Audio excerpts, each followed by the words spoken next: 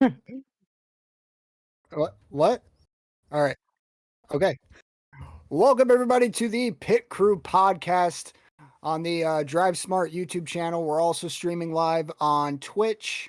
I'm here with DLBTV. He's We having good? some technical issues. Oh, we're good. Here we We're go. good. What's going on, All everybody? right. And welcome to podcast episode number 26 of the Pit Crew podcast. Today, we got CJ McLaughlin coming on here in one moment. I'm hyped up for it. I'm excited. I'm ready to get this baby on the way. Cameron, how you feeling, buddy? I'm a little tired. I just got home from work. I've had a very stressful week, so to speak, but let's this is what I look forward to every week. Let's get it on. Let's bring in our special guest. Bring him in. Here we go. Dude, you are caffeinated up. I gotta match that energy.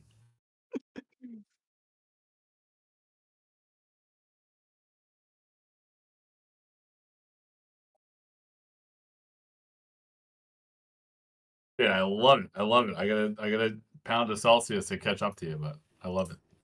Absolutely. I So, need one of those microphones too. That welcome, CJ. So I want to ask a few questions. We're going to start off, start of your career, and how did you get into racing, and how did you get up to the NASCAR Xfinity Series? What got you into motorsports, and what led you down the NASCAR path? So my dad, when I was younger, my dad was racing AMA superbikes. Raced up a Loudon a bunch, like road courses. Mid Ohio was one of his favorite tracks, in Road Atlanta. He loved the blind corners at Road Atlanta because you like come up and down hills and get a bunch of blind corners. So when I was getting older, Travis Pastrana was huge, and I was like, Dad, I want to race dirt bikes and motorcycles, and he was like, Nope, I broke every bone in my body. You're not doing that. And so he started racing at a local short track, Hudson Speedway up in New Hampshire, and they opened up a kids class there. So he stuck me in a 4-cylinder Chevy Cavalier, and dude, we would just spend our weekends at the races, like racing 4-cylinder ship boxes, and that was a lot of fun. So very fortunate to have that. Then there was a time I was like 17 years old, and I'm like, okay, like what's the next step here? Like, I have no money. How do I what was big in New England is the ACT tour or the modifieds, and the modifieds were just so much money. Like I still can't fathom how much money people spend on that stuff. So like racing kind of went by the wayside. And then when I went to college, I like had the itch, man. Like racing's a weird addiction where like you get an itch and you're like, oh, I gotta go racing again.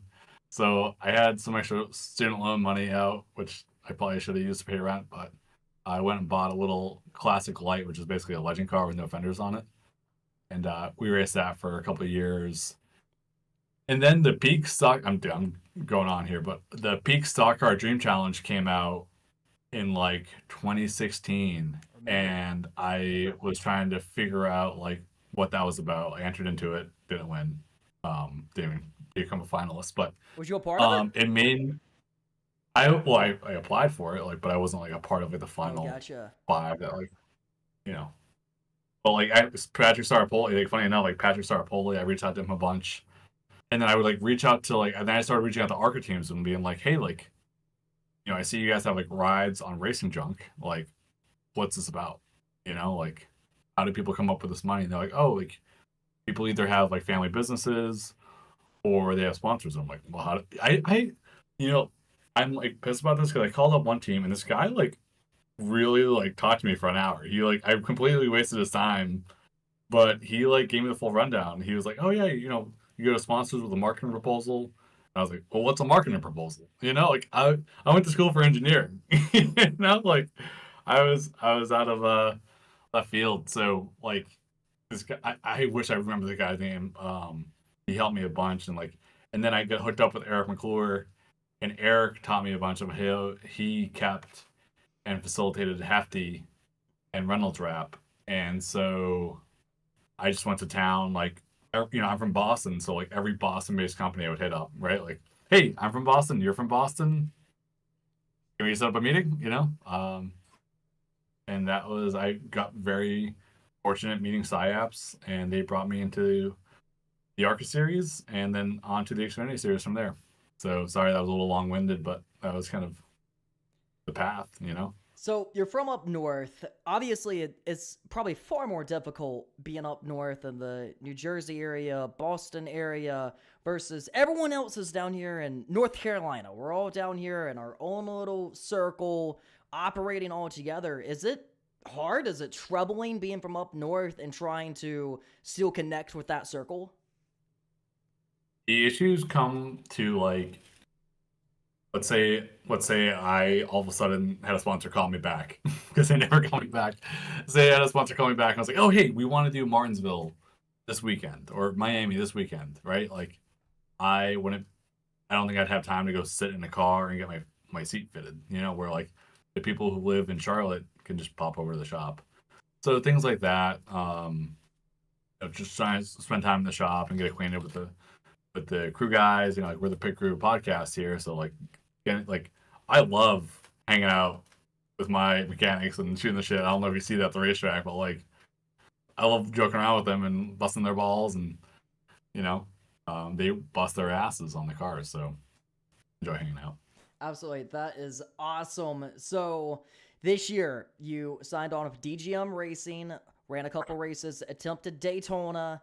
That unfortunately didn't pan out due to rain ruining qualifying, but you showed up at Atlanta, got 25th. How did the DGM deal come together for this year? Drive car number 92. Nathan Blasdell, who does a lot with snowbelt management. He runs snowbelt management. I was talking to him. I was like, hey man, like I was throwing Hail Marys for Daytona. I was like, dude, who's gonna open ride? And he was like, I just heard about a motor being available. And then I had talked to Mario like a week before. And I was like, hey Mario, like I think we got a motor. You know, like let's do this thing. So and Mario, Megan, Michelle, and everyone has been great to work with. So and like going down to the shop, like they're all racers. Like I really feel like I found a home. Hopefully we can raise more sponsorship dollars to like continue on racing with them and hopefully do a full season next year. Like I'm trying my hardest to get sponsorship and continue on this path, but unfortunately it just takes sponsorship to keep going on the racetrack, you know? Absolutely. So when we were in Daytona, you got a little viral commercial there for CW with Amelia Hartford.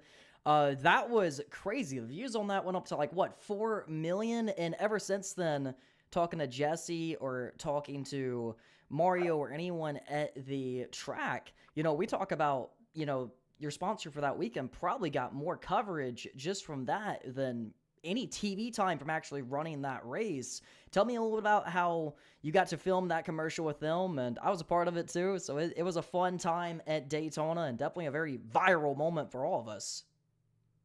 It was very serendipitous too, because like Ryan Ellis was like, I can't do it right now, and I was like, all right, I'll do it. You know, like shame on me too, because I've like been kicking myself because like I met Amelia and I was like busting her chops. Like, I didn't know who she was. I didn't know she had a huge following. I was just like, hey, what's going on? You know, like giving her a hard time about race cars. Like, what you know? And then like she was like, oh, follow me. I was like, okay. And then she got like millions of followers. And I was like, and then I looked at her profile and she like knows what she's doing. And I'm like, oh, that's cool. Mm-hmm. Yeah, that's... you know, more than me. She's got more going on than I do, you know? Oh yeah, she just won like a Formula E like celebrity events. I mean, she's a half decent race car driver there. I'd love to see what she could do in a stock car. But I'm gonna toss you over to Cameron and see what questions he has for Mr. CJ. Yeah. Out of all the tracks you've raced, both this season and seasons prior, which track was your most favorite or was the most fun to race at, and what track did you like despise going to, like the one weekend you absolutely dreaded? Okay, so my favorite track is Bristol. I always equate it to Hudson Speedway in New Hampshire, like the track I grew up on. It's a big bowl.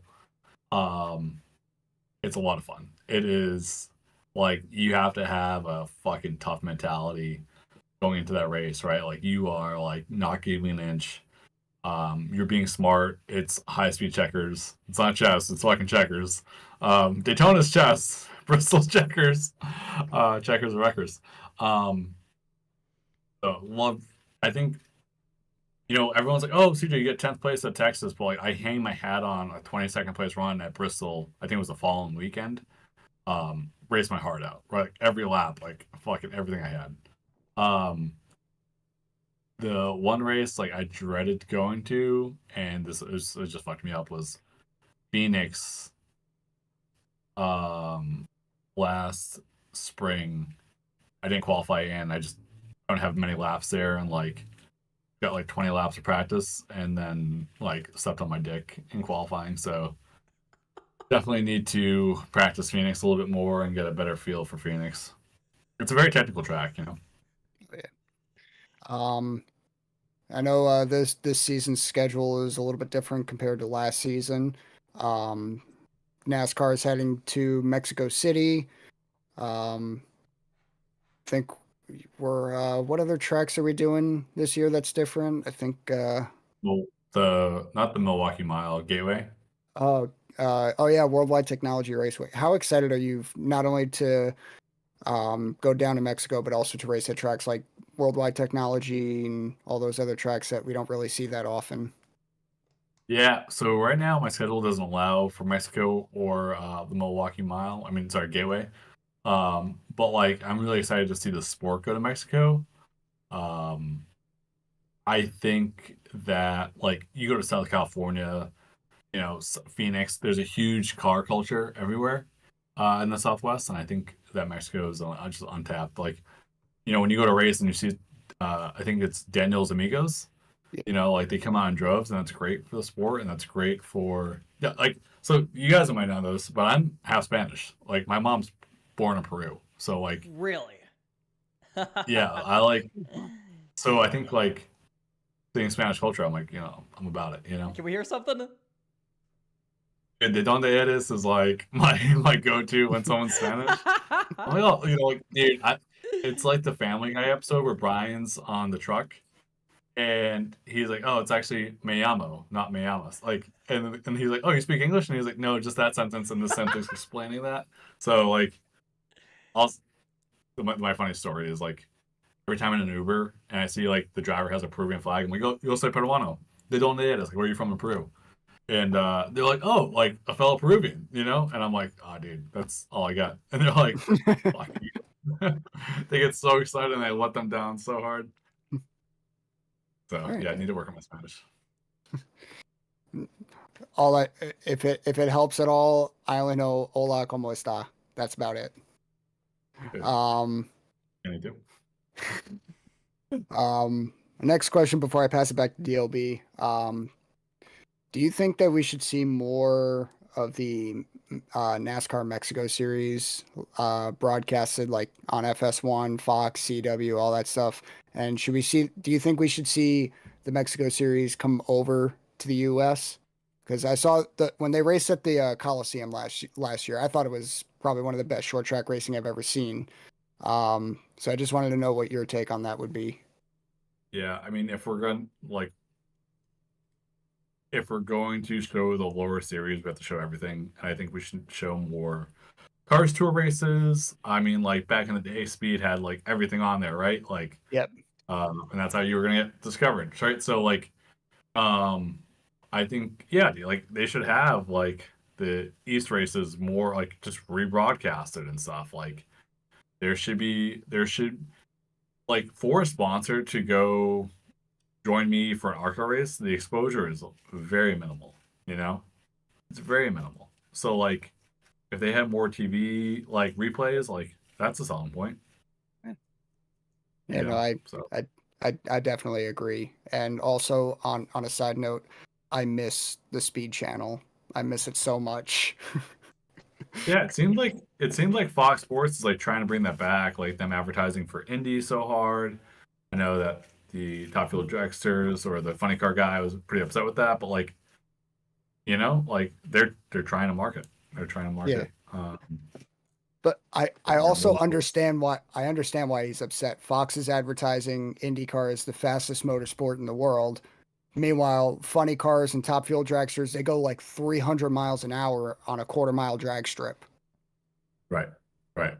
Like, So it's funny. I never understood, like, I think being a car person or like a motorsports person, I was always like, oh yeah, like drag racing is cool.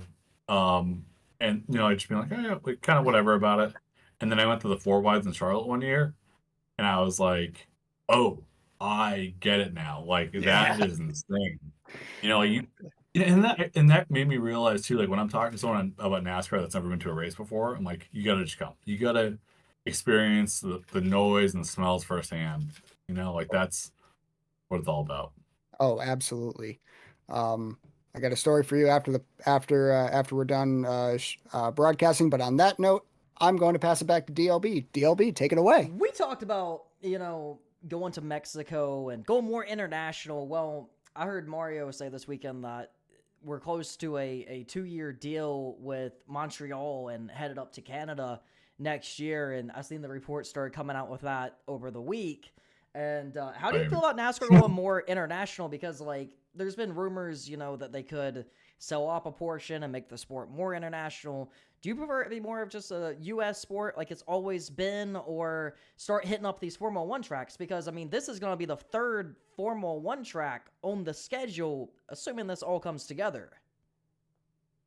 Yeah, like I personally, listen, if I ran NASCAR for a day, I think that we could do like another street course. Like I think Chicago has been a great hit. Like if they went to Chicago, like if they did like something on a pier in New York, that would be wild. Something at a pier like St. Petersburg or Long Beach would be cool. I think Boston would be like amazing. They need 'cause that I'm from market. Boston. We don't have that market. Yeah, like we have New Hampshire, like kind of, it's like Boston would be awesome. That would be great. Um, so like, yeah, I'm not opposed to us going to Montreal. I think that's a great, like when we go up to New Hampshire, the amount of Canadian flags I see up there is unreal. Mm-hmm.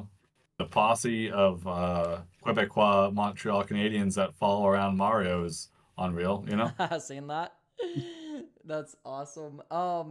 So obviously working with DGM, you got 2 races down this season. I know you got plenty in the works. When are we gonna see you back in any type of stock car, whether if that's a late model, ARCA, Xfinity, or truck, or even Cup? My next one for sure is April 12th at Bristol. Bristol. So got that. Ooh, got anything else to say about that one? I'm just pumped up. I think I think DGM works really hard on their cars, and I think, I have a clear mindset going to this race and gotta perform well for Main Street. Oh yeah, and Bristol is such a tough track. How do you prepare being a part-time driver to know that this one is going to be grueling, it's going to be tough on the body, you're going to, likely, you're going to be up on the wheel for the entire 250 laps. How do you prep for that? I have an iron neck, so I was actually working on that today, like strapping my head to a post and doing my neck workout and making sure that my neck can dig in the corners, Yeah, that's probably going to be like the biggest thing for that one. So you've been running Xfinity for years now in ARCA. What's your do you got a craziest moment that you have had in racing, whether if it's a crash or just something funny that happened, or just what's your favorite crazy moment? I get 2 from Talladega. I was in a Harman car one year, and it wasn't my seat insert, and I didn't fit in the seat well. And that was my biggest mistake. And so I think I had no brakes going to 3. And there's video replays of it. I just come barreling through the field. I'm dodging cars. I almost made it through. I watched it on SMP 30 times. I dodged 3 cars on the low side, came up the apron, came back on the track, and then Noah Gragson came down and met me. Because I had I saw the hole and I was boop, going for it. And then Noah Gragson came down, I nailed him, and I slid forward in the seat, and that killed. My boys were hurting, And then the car got turned, I was hitting the inside wall, and I was get the wind knocked out of me, and I was heading towards the inside wall, going pretty fast. I'm just trying to hit the brakes, got nothing. I'm not slowing down, hit the wall again. That second one hurt, and I was just God, this sucks. I've never been usually I go in a crash and I'm boom, boom, boom, shake it off. Like, oh, it sucks, you know. But that one hurt pretty bad. And then 2023 with Emily Gase, we were running like top 10 coming to the tri-oval, and either Garrett Smithley or somebody, I think Brett Moffitt, tagged me in the right rear court. Like they were spinning out, they tagged me in the right rear. I went head on into like the tri-oval wall, and that was tough because like I'm on the brakes as hard as I can, and then it's like a roller coaster, right? Like there's nothing you can do to slow it down, and like I see the wall coming, I had to like let off the brake, and, like I just like remember like looking at the wall and then like looking down on my knees because like the impact, you know. But those are my two Talladega stories. Wow, so they both came at Talladega. Do you like restrictor plate racing? Because I know a lot of the drivers, they hate it. They don't even like it on the schedule. They don't like it being in the playoffs. And then it seems like the smaller teams, like for instance, DGM, like I know Ryan Ellis, he hates restrictor plate racing. Doesn't like it. But realistically, that's his best shot to win. I feel like going to the track, I love going to restrictor plate tracks because I like the unknown. I like the fact that a smaller budgeted team legitimately has a shot to run up front, lead laps, and potentially win the race if the right thing happens on the final lap. So when you go into Daytona and Talladega, do you love it or do you hate it or do you just fear the worst? I love it, man. Like, you know, like I think I don't know if it's a bit of mentality. Like I'm a fan first sometimes, so like I want entertainment for the fans. You know, I want them to be like, holy shit, I can't wait to come back again. You know what I mean? Like I don't want single file. Like yeah, like when you appreciate racing, right? Like at a short track, you appreciate when two cars are side by side for 20 laps and like they're battling out. You know, and like you can see both drivers are using 110% of their skill, and they're trying to, you know, they may be leaning on each other a little bit here and there, but you know, restrictor plate racing is what made the sport famous. So I've never had a bad feeling towards it. Absolutely. I mean, that's the same way I feel about it is, you know, the realistic possibility, but you want to get out of there and survive it and hopefully come home Like I could go crash at Bristol, you know? It's like it's all the same. You can crash anywhere. Yeah, exactly. I mean, I see the pain on the crew member's face when we got 2 destroyed race cars in the garage. But me just being the film guy, it's so easier for me just to be like, is what it is. We'll get them next week. Meanwhile, they gotta go work on the cars. But it's after the race in Atlanta. Yeah. Was that after the race in Atlanta? Jackson was on my team. Was like, oh yeah.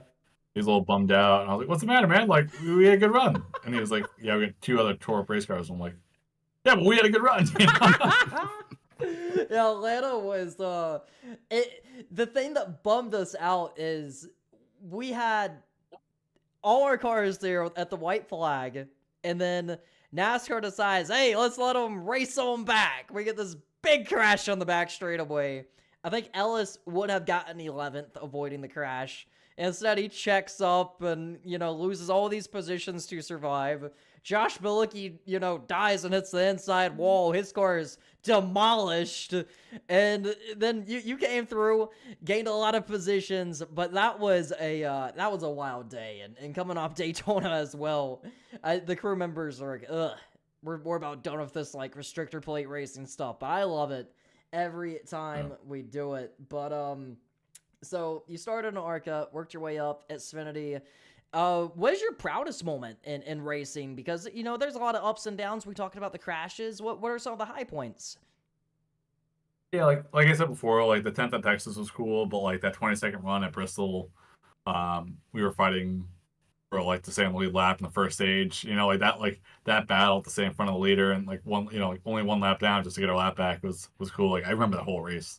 All 300 laps of it. So that's definitely like my proudest moment. I think, you know, too, like I'm very fortunate just that my first Xfinity race, I was out of the seat, but I'm still like, yeah, I made it to Xfinity. Like I could, like the chances of me making it this far in racing is like astronomical. Like what my socioeconomic background is, you know, like my dad's, there's no knock on my dad, but he's a truck driver, and you know, I have $100,000 in student loan debt. Like the fact that I'm out here racing is wild, you know?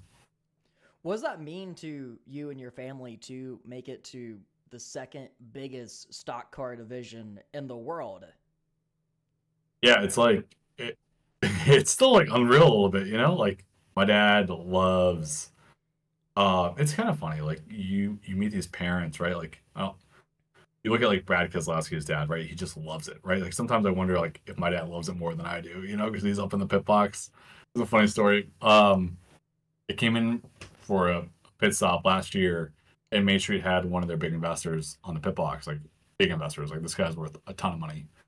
And my dad's like saying, like, you know, as I'm coming into pit, like I'm seeing my dad waving, like pointing me into the pit box, right? From like the top of the pit box, he's fucking waving me in there, like, get down there. And I see him like standing right next to this guy. So after the race, I go, Dad, you know how much John is worth? Who you were standing next to? He goes, no. And I'm like, a lot of money, like with a B, you know what I mean? And he goes, I don't care. You know, my kid's racing. I don't give a shit. He's like, keep paying for my kid to race. I don't give a shit. So, yeah, it's funny. My dad's old school too. So Absolutely. It seems like it's a big deal for you and your family to be able to make it to that point. Obviously, you've been running at Xfinity. I'm sure Cup is on the radar this in some capacity, just to say that you have made a Cup start. Is that a realistic possibility in the coming years? that's funny you say that because like at the start of this year, it's like trying to identify what my goals are, you know? I think the Cup Series is like really unique and like, yeah, I think that exact phrase, like, okay, I should just like put this on I want to just put this on my resume. You know what I mean? Like say that I did it. Because like when I was a kid, you know, it was just kind of the Cup Series, right? Like that's all it was. But yeah, I'm wicked like excited to be racing an Xfinity Series. Like I never, you know, then when you get older, you realize like, oh, there's a big difference there. But no, I have been thinking about the opportunities that could present themselves in the Cup Series with the sponsor, and I think, you know, I think Main Street would want to do it, but Main Street loves the Xfinity Series. They love how competitive, you know, like I compare it to like college football, right? Like everyone in the Xfinity Series is trying to make a name, and like we race that much harder, you know. That's so cool. I mean, that would be a good partner to bring up to the Cup Series. And, you know, at Daytona, it seems like all them guys are having a blast being at Daytona and being a part of the sport, and they seem very happy in NASCAR. So I feel like, and, you know, once that Cup start does come, whether if it's next year or 5 years from now or where the case may be, I believe it's going to come one day. No matter what, you hit the pinnacle and you made it all the way to the very top of the mountain. And I know that's going to mean a lot for anyone. I mean, you think growing up, we're all just young race fans, and you hit that pinnacle, it has to mean a lot no matter what. For sure. So with totally agree. With that said, I'm going to toss you back to Cameron for some final questions and see what Mr. Cameron has to say. All right. I have to continue this streak. Every single time we've had a driver on here, I've always asked this same exact question, and I need to continue it. On race day, what goes through your mind, and what does your Friday or Saturday look like leading up to the race? So that's evolved a little bit. Been working with a sports performance coach. Shout out to Craig Kolak Training. It's evolved. It depends on the track. It depends on if it's like all in one day. I fucking hate when it's practice, qualifying, and the race all in one day. I fucking hate that. But you know, just night before, just trying to get good sleep, trying to like stay calm. I do a lot of box breathing. The things I focus on are like hitting my marks, being consistent. It's like it's all the little shit, right? Like pivot speed, right? Is it second gear all green? Is it second gear 4500 all green? Like what little things can I control? Because in racing, there's so many fucking variables that are outside of our driver's controls, and it's like being able to let go. I have a couple of resets in the car. I like tap my steering wheel. That's a mental reset, you know. Hitting my marks on restarts, right? Like that's huge. So it's like things I try to visualize at least like 10 laps at least before I go to bed, like just in my mind, right? Just go through the racetrack in my mind. It's like that's a big thing for me. Oh, absolutely. And I see the I'm pretty sure that's a sim rig behind you. It is, yeah. Um, how much sim time do you get, or how much of the sim do you use in the weeks leading up to a race that you're going to be driving? Like, let's just say you said you got Bristol coming up, so um, I'm sure when the official races roll around on iRacing, you're probably going to be hitting all those up, and I'm sure you're probably just going to be doing some solo test sessions. Yeah. So like, this is something I just talked about in another podcast was our lack of practice time is just such a detriment It's like 20 minutes a to week. it's atrocious. You know, like it's atrocious. Meanwhile, So the I cup hope guys that get like 2 changes. hours. Yeah.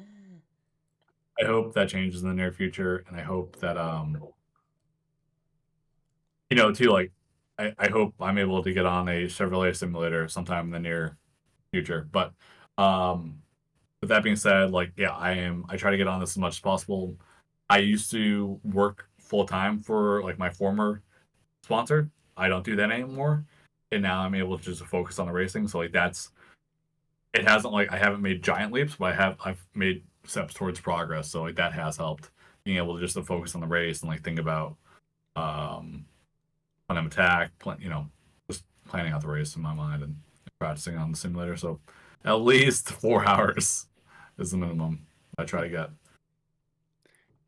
Yeah, and I definitely agree. I definitely think that all the lower series should get some more practice time because I mean, like DLB said, 20 minutes before you guys even get the chance to qualify, it's really not enough, especially if you're racing at a track like Daytona or Talladega or even some of the road courses. You're lucky if you get like maybe 3 or 4 laps in, and And even at that point, sorry it's to still not interrupt, enough. but it's like it's not just 20 minutes or even if they said it 30, like you go out, do a qualifying run, come in, make changes. It takes 10, 12 minutes to make them changes. You go back out, you're getting like if you have a good day, what, 4 runs? Does that sound about right, CJ? Like at most Three, 3. 2 to 3, yeah. And then we're like 2 laps apiece. They're not much. Yeah, and so like that's like like I can't go to the track much just financially. So like I try to listen on like MRN or stuff and like Brad Keselowski, like their plan of attack for practice last year was like go out, make quick short runs and make adjustments, right? Like or you have a driver that goes out there and just uses the whole practice time and they just like feel the car out from like start to beginning of the run.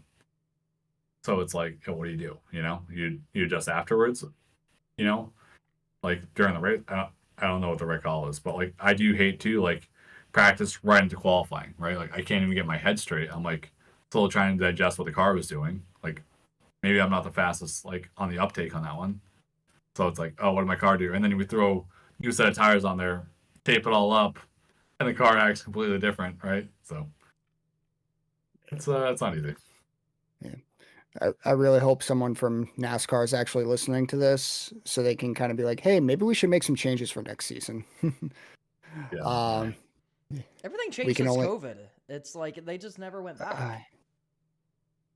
Well, they changed it this year to we get 25 minutes in Group A, Yeah. 25 in Group B, and it's like Yeah. But I mean, you think, maybe we just do. say you're a rookie driver coming from, ARCA up to Xfinity. You need them laps. I mean, I don't want to go back to the incident we had at Daytona with Josh Bilicki, but we're having drivers make mistakes because they're just not getting the lap times in before the race. They're just throwing into the deep end when it's time to set green. So like things like that where we had 50 minutes of practice at Daytona, where it used to be speed weeks, right? We used to have days of practice and then qualifying. Like we weren't in a 1 hour window, right? To like make qualifying if one rainstorm comes and we're screwed. So yeah, a lot of issues there. And then like, so with only having the 50 minutes of practice, right? Like I wanted to come down and do a hot lap coming into pit road, and like I got to do that, right? But I made sure that the crew chief and spotter had knowledge of my plan there. But like that took a lap. That took one lap away from us and making another lap and getting more speed out of the car. yeah. Yeah. Hopefully they make those changes, but On that note, I'm going to pass it back to DLB to see if he has any final questions. So, heading to Bristol, obviously being third race of this year for DGM, second one that we're going to be racing in. Bristol was a tough track. Going into it, do you have in mind of, here's the boxes I want to check. I want to qualify here. I want to finish here. I want to protect the car. I want to show up, perform good for the sponsors, run up front all day. What is your check box? What is your goals for this upcoming race? All of those. Qualify. I know the last time I ran there, I let off a half a car length too early going to 3. So definitely being a little more aggressive going into qualifying. And then the race, anything can happen in the race. So just being as aggressive as I can, and have a good race. That sounds like not make any mistakes on pit road. I think that's you make a mistake on pit road there, you're pretty fucked. Gotcha. How many races do you think we're gonna see you in, or is it just kind of race by race at this point? I think we definitely have 3 more. Working on a few more. It's dude, it's not easy. That's sweet though. I mean, I'm sure it's a grind. Tell me about the daily grind, because I talked to Josh Bilicki about this, and Josh is a great driver, but it's hard to stick it out for years and years and years. And the main reason he's been able to do that is because this guy just shoots emails day after day after day after day just to see who pick up, who answer, who respond. Tell me about the daily grind of just hitting up all these sponsors just to continue your career. I'm on LinkedIn a lot. LinkedIn. I tried getting a software company, a software CRM that gets you marketers' emails. That's been helpful. Just takes down the time a little bit. That hey, shoot me an email. I can at least shoot an email off easier. But it's a lot of research, trying to figure out a company would be a good fit, how to approach them, right?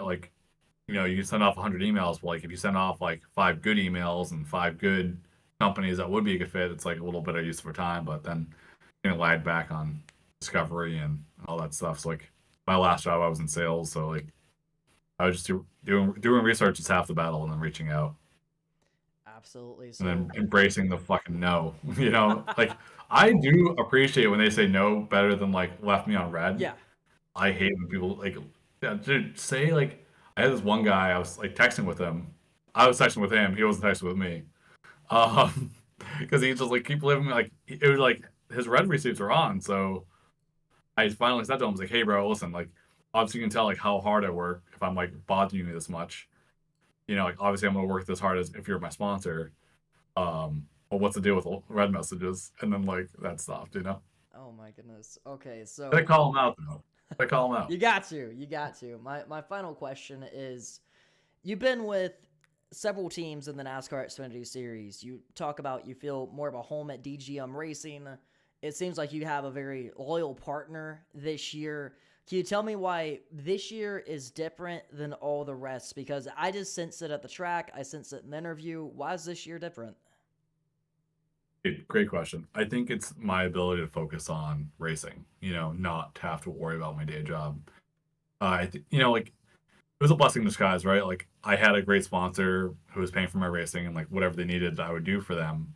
And same with Main Street, but I am now able to focus on just one thing, and that's racing, and that's what I need to perform at. So, all the setbacks enabled me to look at what I was doing wrong and enable me to fix those things now, to approach it with a different attitude. So it was the setback was almost good for me in a way, Absolutely. We'll see you at Bristol. Where can the people find you on social media? The gram, cjmclaughlin.racing. I think Twitter or X is cjmclaughlin3. Facebook, if people still use that.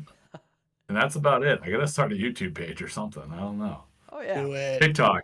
For sure. Something. Yeah, we need a McLaughlin. YouTube channel out of this. You can tell everyone the racing stories. Start a Twitch page. I think we're creating some good video content that me and Main Street are doing. We're doing more of that. So just trying to blast it out there. You know, like I think not to toot my own horn, but like I have a unique story where I'm broke and I'm like trying to make it. You know, I think it's kind of funny too. Like I always like I had this conversation with Ryan at Daytona. Mhm. I was like, bro, like what? Like I thought I would get a car by now. Like Chevrolet or Ford would have given me a car. I thought it was like, I was like, oh, what a delirious dream that was, you know? I mean, in talking to Orion, you know, that guy grinded it out for years. He was telling me, I was talking to him last week. He was telling me about day jobs he was working like within the last 3 years, 4 years, like just normal day jobs, and is chasing this career. Obviously, it means a lot to you to chase it every day, and same for Ryan, and to never give up on that dream. And it's almost like a manifestation of, I'm going to stay locked in, I'm going to be focused on the goal. I don't care what I got to do. If I got to go work this day job for a bit, at the end of the day, my dream's going to work out. I don't care how long it takes to chase it. It's going to work out. What keeps you motivated to do that? I have no backup plan right now. So I think that's like a major part of it. Like I went through a divorce last year, over racing. And yeah, I can't stop, man. Can't stop. I also like say to myself, like, I haven't come this far to only come this far. You know?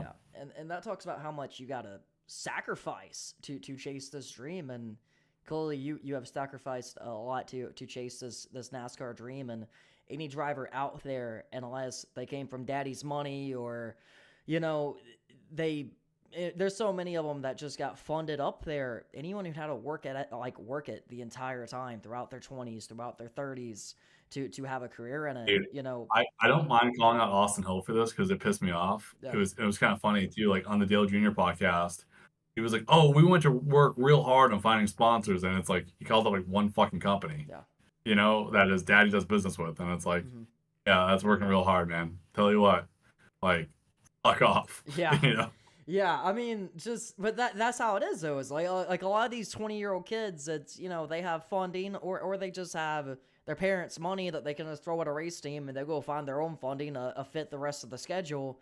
But a lot of, you know, even our guys, Josh, Ryan, you haven't had it that easy. You guys had to hit that struggle, but that's also the reason why you're going to be here in your 30s and 40s versus a lot of them are going to dry up by the time they're 30. Yeah, and you know, like I think I did a lot of research like from 2016 to 2019, like looking at what drivers were bringing in sponsors, and like, you know, you would notice like kids would go from ARCA to trucks and kind of fizzle out, or ARCA to a couple Xfinity rides and fizzle out. Like if it was too difficult for them, they would just kind of give up. But then you look at like me, Josh, and Ryan, like that's another, like, you know, I fit really well with the DGM team, but also with like my teammates, right? Like we all are busting our butts to get to the track every weekend. I know Ryan and Josh are doing a better job than I am with sponsorship, but they're doing a great job, and that's like we all get along, you know, like because we're all in the same boat, you know. Yeah, y'all have like the same story of where it's just chasing that dream, and you know, I can't wait to see the day that you're gonna be in a cup car and reach the top of that mountain. It's going to happen in the next 3 years, and I'm really happy for the partnerships that you're growing right now that's going to have you on track at Bristol, and it sounds like you got a lot of good days ahead, and it's all paying off for you here, and you got an exciting future coming up for you. Dude, I really appreciate that, DLB. I needed those words of affirmation today, man, you know? I gotcha. Well, thank you so much, CJ, for coming on the Pit Crew podcast for episode number 26. Love it. I'll come back anytime. Absolutely. So, Cameron, how'd you feel about episode number 26, buddy? I think that was the chillest and realest episode we've ever had. I agree. Without a doubt. Definitely. I appreciate everyone for tuning in tonight. The Pit Crew Podcast, episode number 26. We'll be back in the future, Wednesday nights, 8 p.m. Tune in, and we'll catch you for episode number 27.